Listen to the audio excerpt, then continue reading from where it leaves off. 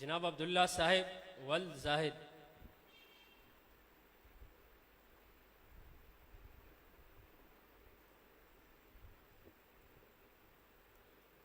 الحمد للہ رب العالمین والعاقبۃ للمتقین والصلاة والسلام علی سید الانبیاء والمرسلین اما بعد فاعوذ باللہ من الشیطان الرجیم بسم اللہ الرحمن الرحیم.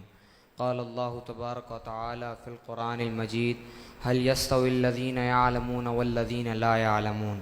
صدق اللہ العظیم وصدق رسولہ النبی الکریم ونحن علی ذلک لمن الشاہدین والشاکرین والحمد للہ رب العالمین. وہ علم کے موتی جو دیکھا کتابوں میں اپنے آبا کو، وہ علم کے موتی جو دیکھا کتابوں میں اپنے آبا کو، جو دیکھا یورپ میں ان کو تو دل ہوتا ہے سے پارا.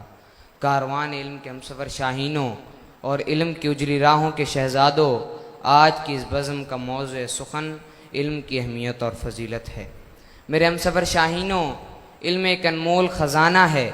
یہ رب ذوالجلال کی لازوال نعمت ہے، بے بہا نعمت ہے، بے کراں سعادت ہے، بے پایاں رحمت ہے. یہ ایک عظیم عبادت ہے، ایک قوت ہے، طاقت ہے. اہل لغت کے نزدیک العلم ادراک الشیء بحقیقتہ الیقین والمعرفہ، کہ کسی شے کی حقیقت کا ادراک، اس کا یقین اور اس کی معرفت کا نام علم ہے. اور صاحب مرقات علیہ الرحمہ نے کیا خوب کہا کہ العلم نور فی قلب المؤمن مقتبس من مصابیح مشکات النبوہ والاقوال المحمدیہ والافعال الاحمدیہ. کہ علم دل مومن میں ایک نور ہے جو مشکات نبوت کے چراغوں میں سے ایک چراغ ہے. یہ اقوال محمدیہ اور اقوال احمدیہ سے لیا گیا ہے. یہ قلب مومن میں ایک مقدس روشنی ہے، ایک ضیابار نور ہے، ایک اجلی چمک ہے، نرالی دمک ہے اور نوکی جگمگ ہے جو مشکات نبوت کے کبھی نہ بجھنے والے چراغوں سے ماخوذ ہے. یہ نور جو سدا فروزاں رہتا ہے، یہ نور دل مومن کو تابندہ رکھتا ہے، یہ نور دل و دماغ کو روشن رکھتا ہے، یہ نور اخلاق و کردار کو تابہ بناتا ہے، یہ نور اپنے آپ سے محبت کرنے والوں کا مستقبل سنوارتا ہے. اسی نور کے لیے حضور نے فرمایا کہ طلب العلم فریضۃ علی کل مسلم و مسلمہ، کہ طلب علم ہر مسلمان مرد و عورت پر فرض ہے. شاید اسی لیے قرآن نے عالم اور جاہل میں فرق رکھا، کھلا اعلان کر دیا هل يستوي الذين يعلمون والذين لا يعلمون.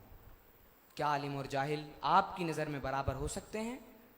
کبھی نہیں. یہ علم کے خلاف ہے کہ ایک جاننے والا اور ایک نہ جاننے والا برابر ہو. شاید اسی بنا پر حضرت علی شیر خدا مولا مرتضیٰ نے فرمایا کہ ردینا قسمت الجبار فینا، ردینا قسمت الجبار فینا لنا علم للجہال مال. کہ ہم رب جبار کی تقسیم پر شاد و فرحاں ہیں کہ اس نے ہمارے حصے میں علم دیا اور جاہلوں کے حصے میں مال آیا. کیونکہ فإن المال یفنى عن قریب وإن العلم یبقى لا یزال، کہ مال ان قریب فنا ہونے والا ہے. یہ مال باقی نہیں رہے گا، مگر علم وہ ہے جو باقی رہے گا، یہ لا زوال ہے.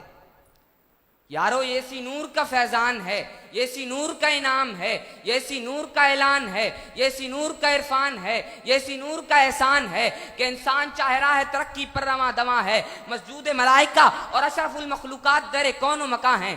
آپ علم کی اہمیت، اس کی فضیلت، اس کی عظمت کتاب المصابیح کے اس حصے کتاب العلم سے لگائیے، کہ جس میں حضرت انس رضی اللہ تعالیٰ عنہ سے روایت کردہ حدیث ہے کہ رسول اللہ صلی اللہ علیہ وسلم نے فرمایا کہ من خرج فی طلب العلم فهو فی سبیل اللہ حتی یرجع، کہ جو نکلا علم کی راہ میں، علم کی تڑپ میں، علم کی لگن میں، گویا وہ راہ خدا میں ہے تب تک لوٹ نہ آئے.